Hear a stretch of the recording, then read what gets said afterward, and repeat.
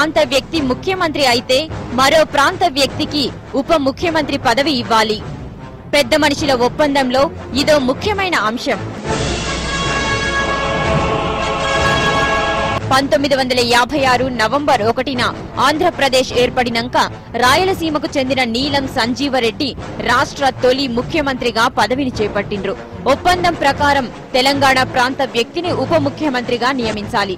కానీ అది జరగలేదు. పైగా ఉప ముఖ్యమంత్రి పదవి 6వ వేలు లాంటిదని వ్యాఖ్యానించిండ్రు ముఖ్యమంత్రి నీలం సంజీవరెడ్డి.